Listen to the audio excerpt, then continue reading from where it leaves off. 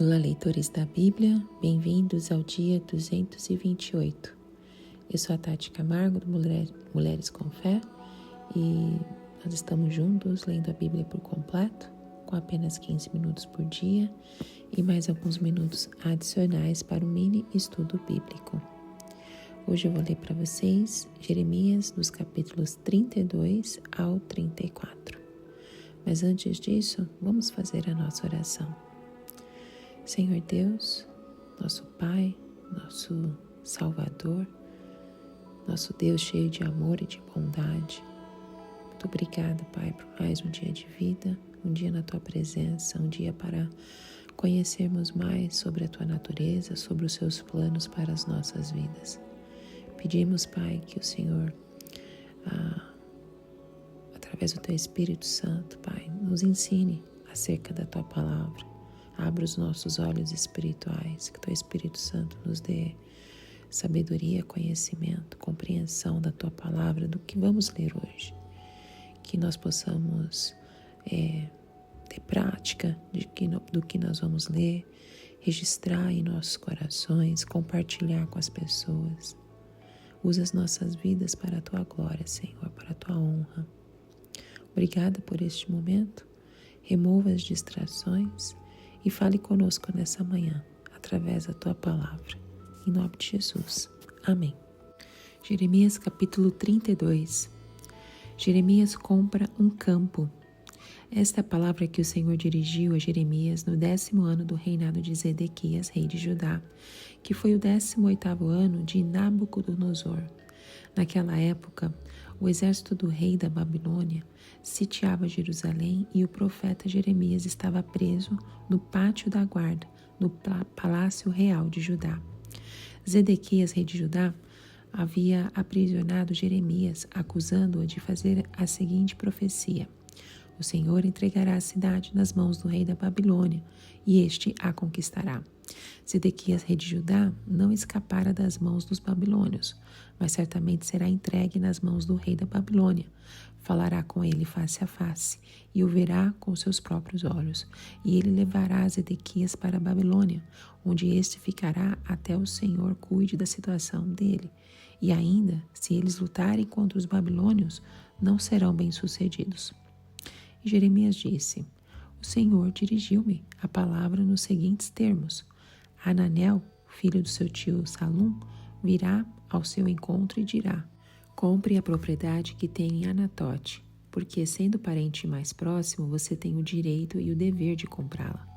Conforme o Senhor tinha dito, meu primo Hananel veio ao meu encontro no pátio da guarda e disse: compre a propriedade que tem em Anatote, no território de Benjamim, porque é seu direito de posse e de resgate. Compre-a. Então compreendi que essa era a palavra do Senhor.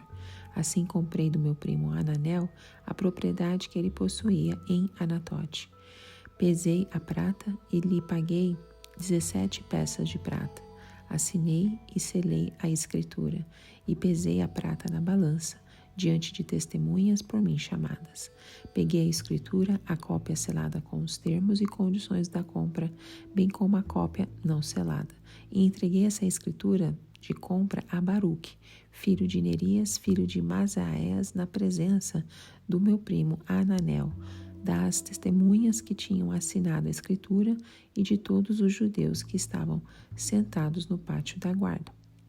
Na presença deles, dei as seguintes instruções a Baruque: assim diz o Senhor dos Exércitos, Deus de Israel: tome estes documentos, tanto a cópia selada como a não selada da escritura de compra, e coloque-os num jarro de barro, para que se conservem por muitos anos. Porque assim diz o Senhor dos Exércitos, Deus de Israel: casas, campos e vinhas tornarão a ser comprados nesta terra. Depois que entreguei a escritura de compra a Baruque, filho de Nerias, orei ao Senhor: ah, soberano Senhor, tu fizeste os céus e a terra pelo seu grande poder e por teu braço estendido. Nada é difícil demais para ti. Mostras bondade até 1000 gerações, mas lanças os pecados dos pais sobre os seus filhos. ó grande e poderoso Deus, cujo nome é o Senhor dos Exércitos. Grandes são os teus propósitos e poderosos os teus feitos. Os teus olhos estão atentos aos teus atos dos homens. Tu retribuis a cada um de acordo com a sua conduta, de acordo com os efeitos das suas obras. Realizaste sinais e maravilhas no Egito e continuas a fazê-lo até hoje, tanto em Israel como entre toda a humanidade, e alcançaste o renome que hoje tens. Tiraste o teu povo do Egito com sinais e maravilhas, com mão poderosa e braço estendido, causando grande pavor. Deste a eles esta terra que sob juramento prometeste aos seus antepassados, uma terra onde manam leite e mel. Eles vieram e tomaram posse dela, mas não te obedeceram, nem seguiram a tua lei, não fizeram nada daquilo que lhe ordenaste. Por isso trouxeste toda a desgraça sobre eles. As rampas de cerco estão erguidas pelos inimigos para tomarem a cidade, e pela guerra, pela fome, pela peste, ela será entregue nas mãos dos babilônios que a atacam. Cumpriu-se aquilo que disseste, como vês. Ainda assim, ó soberano Senhor, tu me mandaste comprar a propriedade e convocar testemunhas do negócio, embora a cidade esteja entregue nas mãos dos babilônios. A palavra do Senhor veio a mim dizendo: Eu sou o Senhor, o Deus de toda a humanidade. Há uma coisa difícil demais para mim? Portanto, assim diz o Senhor, estou entregando essa cidade nas mãos dos babilônios e de Nabucodonosor, rei da Babilônia, que a conquistará. Os babilônios que estão atacando esta cidade entrarão e incendiarão. Eles a queimarão com as casas nas quais o povo provocou a minha ira, queimando incenso a Baal nos seus terraços e derramando oferta de bebidas em honra a outros deuses. Desde a sua juventude, o povo de Israel e de Judá nada tem feito, senão aquilo que eu considero mal. De fato, o povo de Israel nada tem feito, além de provocar-me a ira, declara o Senhor, desde o dia em que foi construída até hoje. Esta cidade tem despertado o meu furor de tal forma que tenho que tirá-la da minha frente. O povo de Israel e de Judá tem provocado a minha ira por causa de todo o mal que tem feito, tanto o povo como os seus reis e os seus líderes e os seus sacerdotes e os seus profetas, os homens de Judá e os habitantes de Jerusalém. Voltaram as costas para mim e não o rosto, embora eu os tenha ensinado. Vez após vez não quiseram ouvir-me, nem aceitaram a correção. Profanaram o templo que leva o meu nome, colocando nele as imagens de seus ídolos. Construíram o alto para Baal no vale de Ben-Rinom, para sacrificarem a Moloque os seus filhos e suas filhas, coisa que nunca ordenei, prática repugnante que jamais imaginei, e assim levaram Judá a pecar. Portanto, assim diz o Senhor a essa cidade, sobre a qual vocês estão dizendo que será entregue nas mãos dos babilônios por meio da guerra, da fome e da peste.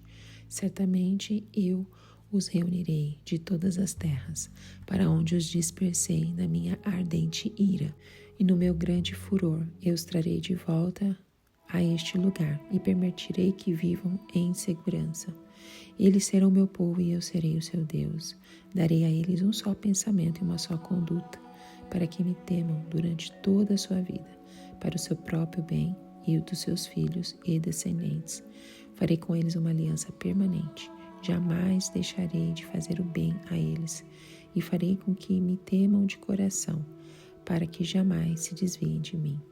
Terei alegria em fazer-lhes o bem, e os plantarei firmemente nesta terra de todo o meu coração e de toda a minha alma. Sim, é o que eu farei. Assim diz o Senhor, assim como eu trouxe toda esta grande desgraça sobre este povo, também lhes darei a propriedade que lhes prometo. De novo serão compradas propriedades nessa terra, da qual vocês dizem, é uma terra arrasada, sem homens nem animais, pois foi entregue nas mãos dos babilônios. Propriedades serão compradas por prata, e escrituras serão assinadas e seladas diante de testemunhas no território de Benjamim.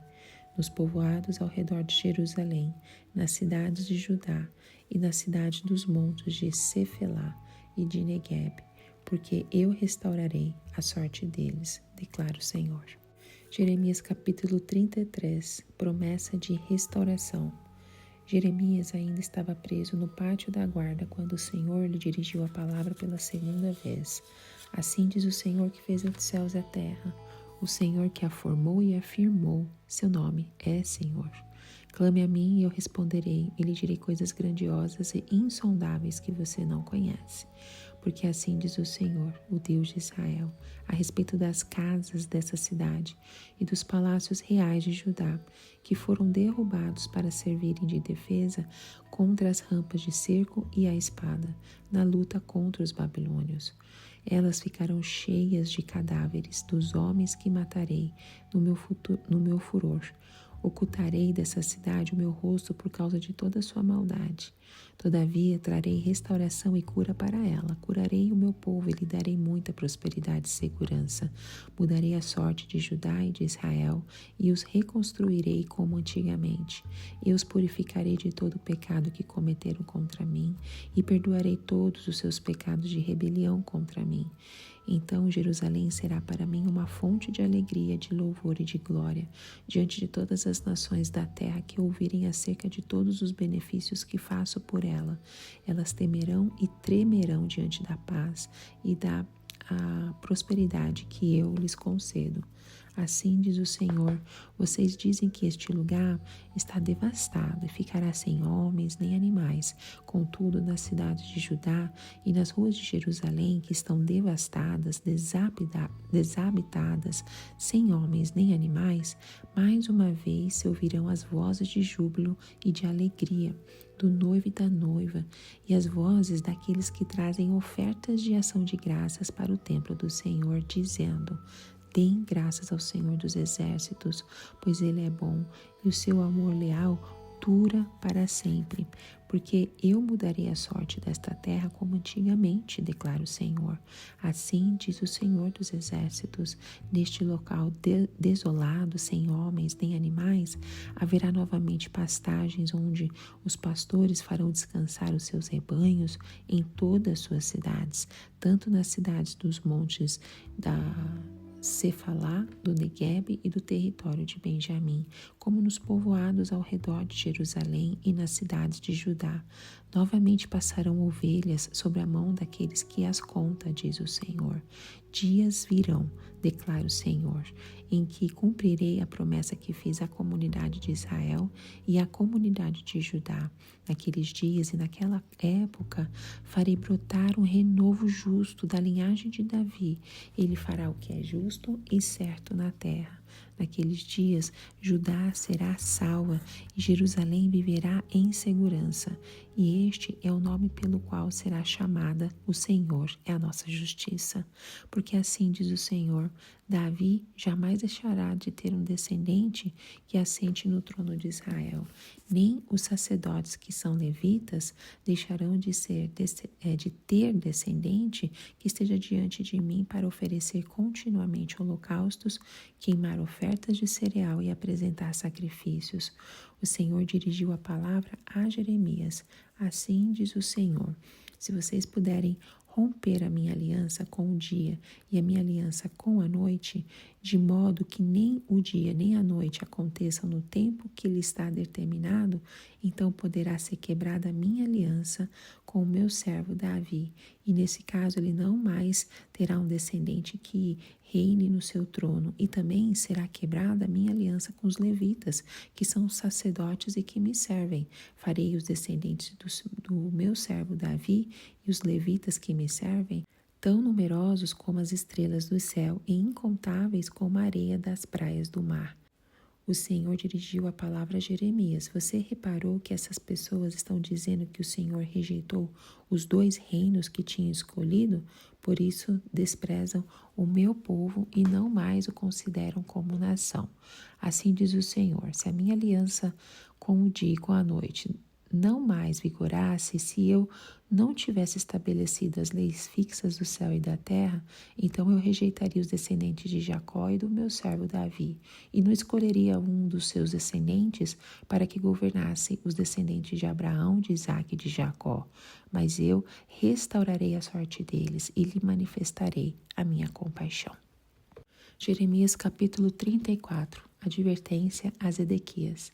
Quando Nabucodonosor, rei da Babilônia, todo o seu exército, todos os seus reinos e povos do império que ele governava lutavam contra Jerusalém e contra todas as cidades ao redor, o Senhor dirigiu esta palavra a Jeremias. Assim diz o Senhor, o Deus de Israel: vá ao rei Zedequias de Judá e lhe diga: assim diz o Senhor, estou entregando essa cidade nas mãos do rei da Babilônia, e ele a incendiará. Você não escapará, mas será capturado e entregue nas mãos dele. Com os seus próprios olhos você verá o rei da Babilônia, e ele falará com você face a face, e você irá para a Babilônia. Ouça, porém, essa promessa do Senhor, ó Zedequias, rei de Judá. Assim diz o Senhor a seu respeito: você não morrerá à espada, mas morrerá em paz. E assim como o povo queimou incenso em honra aos seus antepassados, os reis que precederam também queimarão incenso em sua honra e se lamentarão, clamando: ah, meu Senhor, sim, eu mesmo faço essa promessa, declara o Senhor. O profeta Jeremias disse todas essas palavras ao rei Zedequias de Judá em Jerusalém, enquanto o exército do rei da Babilônia lutava contra Jerusalém e contra as outras cidades de Judá que ainda resistiam, Laques e Azeca, pois só restaram essas cidades fortificadas em Judá. Liberdade para os escravos. O Senhor dirigiu a palavra a Jeremias depois do acordo que o rei Zedequias fez com todo o povo de Jerusalém, proclamando a libertação dos escravos. Todos teriam que libertar seus escravos e escravas hebreus. Ninguém poderia escravizar um compatriota judeu. Assim, todos os líderes e o povo que firmaram esse acordo de libertação dos escravos concordaram em deixá-los livres e não mais escravizá-los. O povo obedeceu e libertou os escravos. Mas depois disso, mudou de ideia e tomou de volta os homens e as mulheres que havia libertado e tornou a escravizá-los. Então o Senhor dirigiu a palavra a Jeremias, dizendo: assim diz o Senhor, o Deus de Israel: fiz uma aliança com os seus antepassados quando os tirei do Egito, da terra da escravidão. Eu disse: ao fim de 7 anos, cada um de vocês libertará todo compatriota hebreu que se vendeu a vocês. Depois que ele o tiver servido por 6 anos, você o libertará. Mas os seus antepassados não me obedeceram nem me deram atenção. Recentemente, vocês se arrependeram e fizeram o que eu aprovo. Cada um de vocês proclamou liberdade para os seus compatriotas. Vocês até fizeram um acordo diante de mim no templo que leva o meu nome. Mas agora vocês voltaram atrás e profanaram o meu nome, pois cada um de vocês tomou de volta os homens e as mulheres que tinham libertado. Vocês voltaram a escravizá-los. Portanto, assim diz o Senhor: vocês não me obedeceram, não proclamaram libertação cada um para o seu compatriota e para o seu próximo. Por isso, eu agora proclamo a libertação para vocês, diz o Senhor. Pela espada, pela peste, pela fome, farei com que vocês sejam um objeto de terror para todos os reinos da terra. Entregarei os homens que violaram a minha aliança e não cumpriram os termos da aliança que fizeram na minha presença, quando cortaram o bezerro em 2 e andaram entre as partes do animal. Isto é, os líderes de Judá e de Jerusalém, os oficiais do palácio real, os sacerdotes e todo o povo da terra que andou entre as partes do bezerro. Sim, eu os entregarei nas mãos dos inimigos, que desejam tirar-lhes a vida. Seus cadáveres servirão de comida para as aves e para os animais. Eu entregarei Zedequias, rei de Judá, e os seus líderes nas mãos dos inimigos que desejam tirar-lhes a vida, e do exército do rei da Babilônia, que retirou o cerco de vocês. Darei a ordem, declara o Senhor, e os trarei de volta a esta cidade. Eles lutarão contra ela e vão conquistá-la e incendiá-la. Farei com que as cidades de Judá fiquem devastadas e desabitadas. O capítulo 32 de Jeremias é um episódio crucial na vida do profeta, no qual Deus o instrui a adquirir um campo em Anatote, sua cidade natal, mesmo em meio à devastação iminente de Jerusalém pelas mãos dos babilônios. Jeremias, movido pela fé, obedece a Deus e compra a terra. Um ato que parece não muito normal, dadas as circunstâncias desoladoras da época. No início do capítulo, Jeremias encontra-se numa situação adversa, representando visualmente a mensagem que ele estava carregando de transmitir ao povo. Ele está na prisão, uma figura solitária e vulnerável em meio à agitação que se desenrola ao seu redor. A cidade de Jerusalém, que há muito tempo fora do coração espiritual e político de Judá, agora está sob o cerco babilônico. Os versículos 3 a 5 retrata a tensão que permeia a cidade. Com o rei Zedequias preso pelo rei da Babilônia e o exército inimigo estabelecendo um cerco ao redor das muralhas, a situação é sombria e a sensação de cativeiro paira sobre o povo e a cidade. Enquanto o cerco babilônico aperta o cerco em torno de Jerusalém e Jeremias permanece na prisão, Deus dá a ele uma instrução aparentemente desconcertante: comprar um campo em Anatote, sua cidade natal. O pedido de Deus a Jeremias não poderia parecer mais estranho ou fora do contexto, dado o contexto sombrio da prisão e do cerco. No entanto, isso serve para ilustrar a natureza paradoxal da fé e da obediência. Às vezes Deus nos chama para fazer coisas que podem parecer ilógicas aos olhos humanos, mas que são fundamentais para a sua vontade maior e para o cumprimento dos seus planos. Então Jeremias, demonstrando uma fé inabalável, aceita a instrução divina e parte para comprar o campo em Anatote, mesmo que a cidade esteja prestes a ser devastada pelos babilônios. Sua ação é um ato de confiança radical em Deus e em suas promessas, mesmo em face da aparente derrota e desolação iminente. Bom, após a compra do campo em Anatote, Jeremias direciona seu coração em oração, e suas palavras revelam profundamente sua compreensão do caráter divino e seu reconhecimento da soberania de Deus sobre todas as coisas. A oração de Jeremias começa com uma expressão de admiração e reverência a Deus, reconhecendo a grandeza de seu poder e a fidelidade à sua palavra. Ele continua sua oração recordando as maravilhas que Deus realizou na história de Israel. No entanto, a oração de Jeremias também revela sua compreensão da justiça divina. Ele reconhece que a destruição iminente de Jerusalém é o resultado da infidelidade e desobediência de Judá a Deus. Além disso, a oração de Jeremias inclui uma pergunta fundamental sobre a justiça divina. Tu que mostras misericórdias a milhares e castiga a maldade dos pais nos filhos após eles, ó grande e poderoso Deus cujo nome é Senhor dos Exércitos. Jeremias reconhece a dualidade do caráter divino, que inclui misericórdia e justiça. Ele compreende que Deus é amoroso, mas também age com retidão quando o pecado prevalece. O profeta não se recrimina por desafiar Deus com essa pergunta, mas em vez disso, busca entender e se alinhar com a vontade de Deus. Então Deus começa a sua resposta à oração de Jeremias com uma pergunta retórica: haverá coisa maravilhosa demais para mim? Essa pergunta destaca a onipotência e a soberania de Deus. Para ele, nada é impossível. Sua capacidade de cumprir suas promessas transcende as limitações humanas.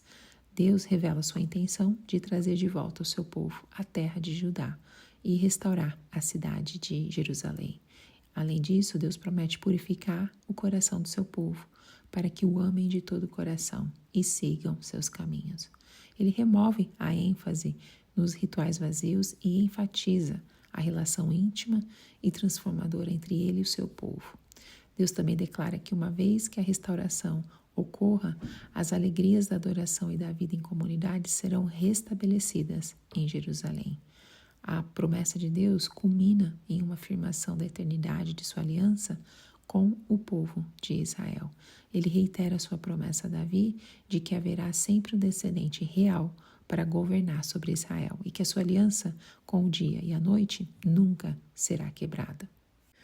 No capítulo 33, no coração deste capítulo, encontramos a promessa divina de restauração e renovação. Deus fala diretamente a Jeremias, revelando planos grandiosos para o futuro de Israel.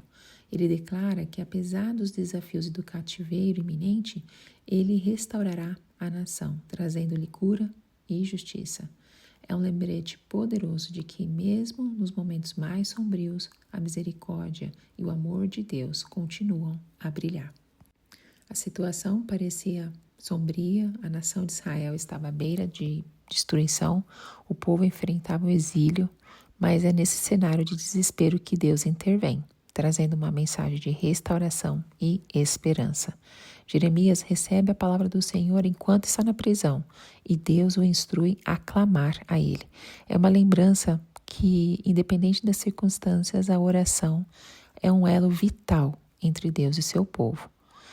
Então, Deus fala de forma eloquente sobre sua intenção de restaurar a nação de Israel e Judá. Ele declara que trará cura e restauração às feridas do seu povo. Deus promete restaurar a sorte de Israel e Judá. As cidades que foram devastadas e abandonadas serão reocupadas. Os habitantes retornarão às terras que antes eram sinônimo de desolação. Deus anuncia a renovação da terra prometida. Ele promete uma terra que será novamente cheia de pastagens e rebanhos, um lugar de segurança e prosperidade. Deus enfatiza o retorno da alegria e do louvor. O lamento e a tristeza serão substituídos pelo júbilo e louvor. Deus fala sobre o cumprimento das promessas antigas. Ele lembra que, como Criador do universo, Ele é capaz de cumprir todas as suas promessas. E assim, nós somos lembrados de que mesmo nas situações mais desafiadoras, a esperança nunca está perdida quando confiamos na fidelidade de Deus. Dos versículos 14 ao 18, o profeta Jeremias nos conduz a uma visão notável dessa promessa messiânica que ecoa ao longo das Escrituras e encontra a sua plenitude em Jesus Cristo. Deus, por meio de Jeremias, anuncia que dias estão para vir, quando ele cumprirá a promessa feita a Davi de que um descendente justo e reto governaria sobre Israel. Esse descendente é o Messias esperado, aquele que traria justiça e retidão ao seu povo. Essa promessa é de grande importância, pois estabelece uma ligação direta entre o Antigo e o Novo Testamento, apontando para o cumprimento final em Jesus Cristo, que é a raiz e a descendência de Davi. Dos versículos 17 ao 18, Deus reafirma sua aliança com o sacerdócio levítico, destacando a fidelidade contínua a Deus e às suas promessas. Esse capítulo nos lembra da importância da promessa messiânica ao longo da história da redenção. Desde os primórdios das Escrituras, Deus prometeu enviar um Redentor, um Rei justo, que restauraria não apenas Israel, mas toda a humanidade. Dos versículos 19 a 26, Deus faz uma afirmação solene de que sua aliança com Davi nunca será quebrada, assim como sua promessa de que sempre haverá descendente de Davi para governar sobre todo Israel. Isso é uma confirmação do que foi dito na sessão anterior sobre o Messias prometido, que viria da linhagem de Davi. Essa aliança não está sujeita às circunstâncias ou à infidelidade humana. Ela é estabelecida por Deus e é eterna. O fato de que Deus reafirma sua aliança com Davi é uma demonstração do seu compromisso com a salvação e a redenção do seu povo. Ele não apenas promete a vinda do Messias, mas também garante que ele virá da linhagem de Davi, cumprindo assim as promessas feitas ao rei. Além disso, ele compara sua fidelidade à aliança com Davi com a confiabilidade das leis naturais que governam o universo, assim como o dia e a noite, as estações do ano e as leis da natureza seguem um curso previsível, a fidelidade de Deus em cumprir suas promessas é inabalável. A aliança de Deus com Davi é um exemplo marcante da sua promessa cumprida. Da mesma forma, sua fidelidade às leis naturais do universo é uma demonstração da sua soberania e o controle sobre todas as coisas.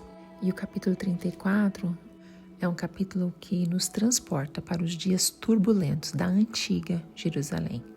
O capítulo inicia com uma mensagem impactante na qual Deus exorta o rei Zedequias a proclamar a liberdade de todos os escravos hebreus, cumprindo assim a lei divina que exigia a libertação de escravos após 7 anos de servidão. No entanto, a resposta de Zedequias a essa ordenança revela a natureza volúvel do poder humano e a relutância em obedecer os mandamentos de Deus. O texto revela que, após a proclamação da liberdade, os líderes e o povo voltaram atrás em sua promessa. Eles recapturaram os escravos que haviam libertado e os subjugaram novamente à servidão. Essa ação é uma flagrante violação da aliança que tinham feito perante Deus e demonstra a volubilidade humana e a relutância em manter a palavra dada. A narrativa ganha profundidade e complexidade, pois Deus não deixa essa desobediência passar impune. Através do profeta Jeremias, ele emite uma mensagem de julgamento divino, a promessa de liberdade se transforma em uma ameaça de juízo e as palavras de Deus revelam sua indignação diante da quebra da aliança. O Senhor lembra ao povo de seus mandamentos e seu compromisso com a justiça e a retidão. A promessa divina de libertação requer fidelidade e compromisso por parte do povo. A decisão do rei Zedequias de quebrar a aliança feita perante Deus tem consequências graves. Não apenas ele e os líderes são culpados de desobediência, mas também levam o povo a seguir o mesmo caminho de transgressão. A quebra da aliança não passa despercebida aos olhos de Deus. Bom, o texto nos revela que Jeremias denuncia a quebra da aliança feita perante Deus pelos líderes de Jerusalém. Ele expõe a contradição entre a proclamação da liberdade e a subsequente subjugação dos escravos hebreus. A mensagem de Jeremias é clara e incisiva. A obediência aos mandamentos de Deus é fundamental e a violação da aliança divina terá consequências severas. As palavras do profeta Jeremias, inspiradas por Deus, predisseram as consequências da quebra da aliança e da persistente desobediência do povo. Agora nós vemos essas palavras se concretizarem diante dos nossos olhos, como lembrete impactante da soberania de Deus e de sua fidelidade à sua palavra. O texto nos revela que, apesar da reviravolta inicial do rei Zedequias e dos líderes de Jerusalém, eles não escaparam do juízo. Os exércitos babilônicos, que representam a justa punição de Deus, sitiaram em Jerusalém.